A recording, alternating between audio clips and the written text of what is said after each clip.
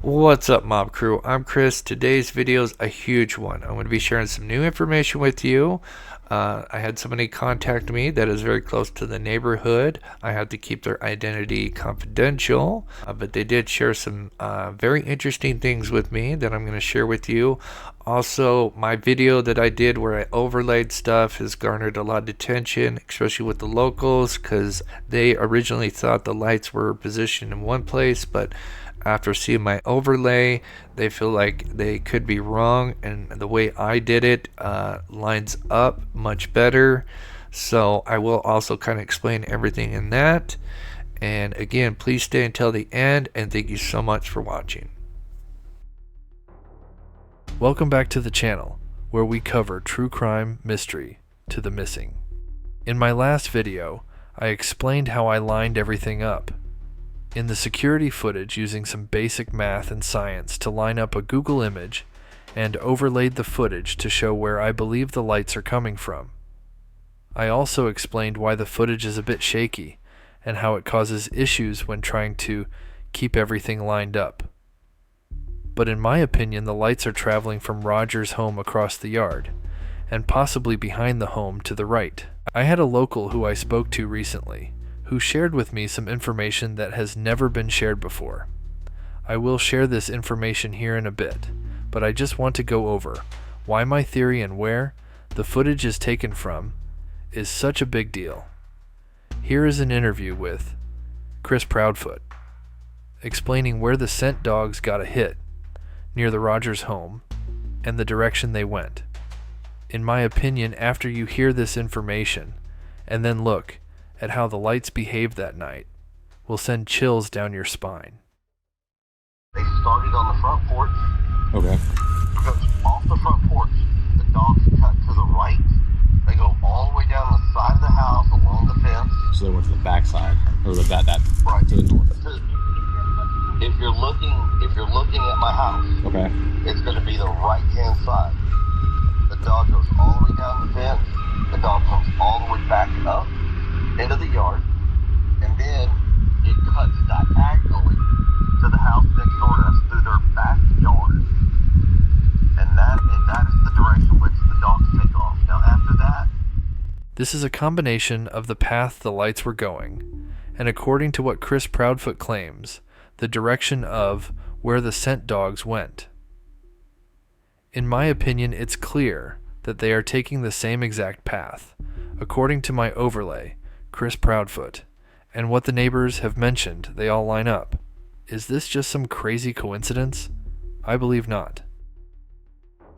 and then it cuts diagonally to the house next door to us through their backyard, and then it cuts diagonally to the house next door to us through their backyard. As I mentioned earlier, I spoke to a local who knows the neighborhood and some of the neighbors very well. While I share the new information told to me, I will be showing a recreation of the events that allegedly happened that night. Now we know more. Footage has been released, but in my opinion, the order in which the videos have been released may not reflect the correct order of events. So this, in my opinion, might be the correct order of events. So I believe the lights we see going towards the home happened first. So we are actually seeing the alleged suspects going to abduct Rogers.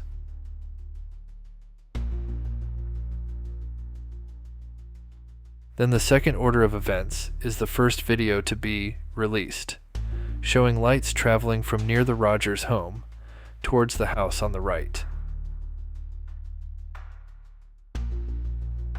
So some of the new information shared to me included that the unidentified vehicle in question was actually parked near the stop sign and on the left side closest to the house with the security footage, meaning they were on the wrong side of the road.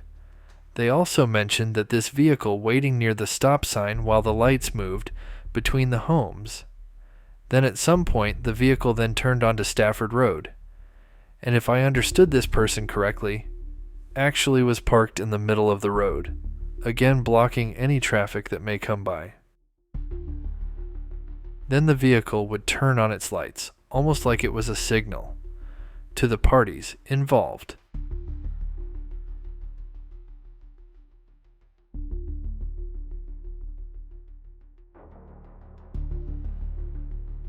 Then the car backed up towards Kellen Avenue, after which it would leave via heading towards the exit of the neighborhood. One thing I could also share that may shock some people is that apparently they believe this vehicle looked like a dark sedan of some sort. Again, this is only what they believe they had, saw, and could have been mistaken. But if true, this could be a giant clue into figuring out who is behind this alleged abduction.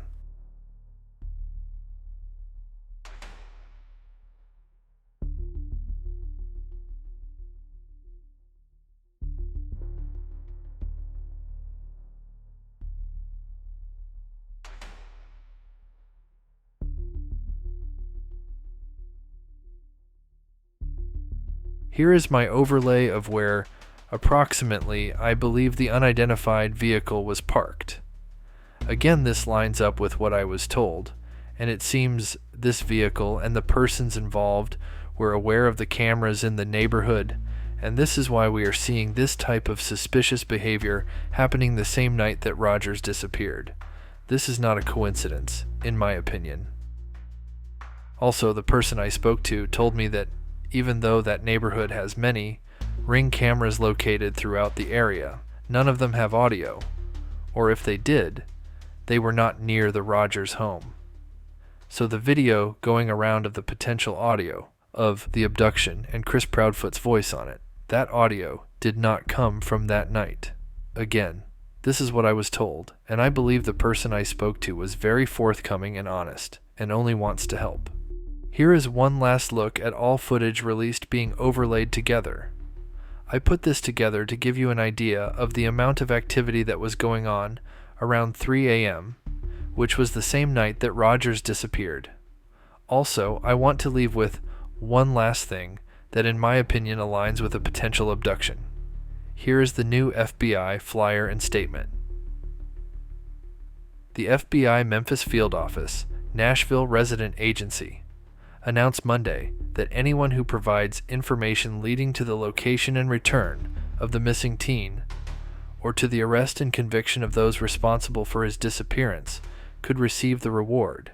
I don't know about you, but that sounds like they are saying they know Rogers was abducted and are hoping somebody that night or day after saw something that could lead to finding poor Sebastian Rogers. Thank you so much for watching. Please smash that like button, subscribe if you're new to the channel. There are many ways to support this channel by becoming a member or supporting my Patreon page. All links in the description.